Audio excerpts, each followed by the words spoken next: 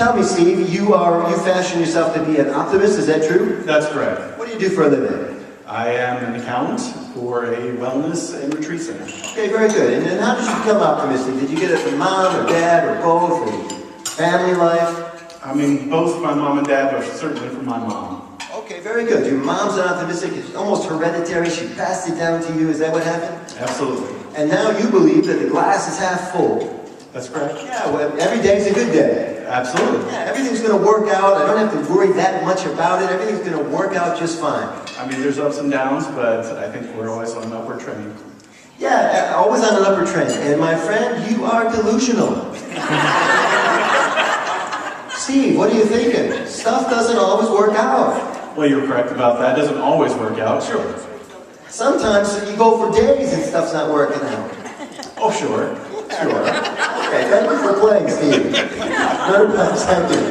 So, thank you. Now, let's do it again. Everyone keep it up, it's so fine. How many of you think that the glass is half empty? I have to try in the things I do in life. Raise your hand. I have to try to make things happen. Things don't just happen naturally. They're not naturally good for me. I have to actually put some effort into it. Stand up if there's I'm talking about you. Please do this right now. Stand up. Yeah. And I don't mind working because things will work out better if I apply myself. If I am in the game, things are going to go better. Excellent.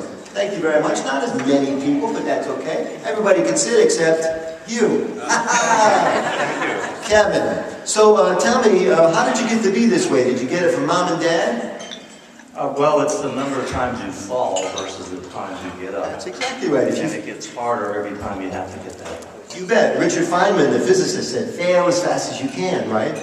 When somebody said this morning that failure is defined, Churchill said, failure is defined by moving from failure, success is defined by moving from failure to failure without losing your enthusiasm.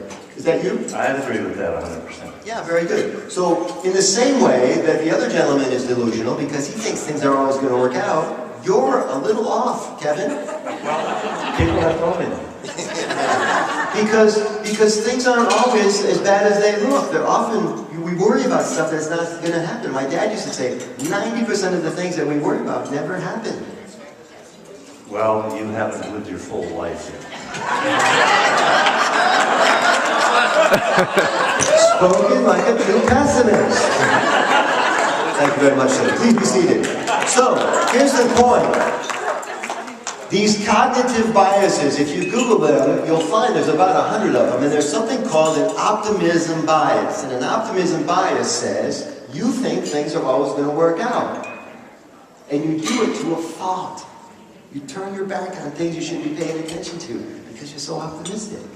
And the pessimism bias is just the opposite. You think you're so certain things are never going to work out, you're never going to try that fundraiser. You're never going to approach that person for the money because they're never going to give it to you. Why would they give it to you? You see what I'm saying?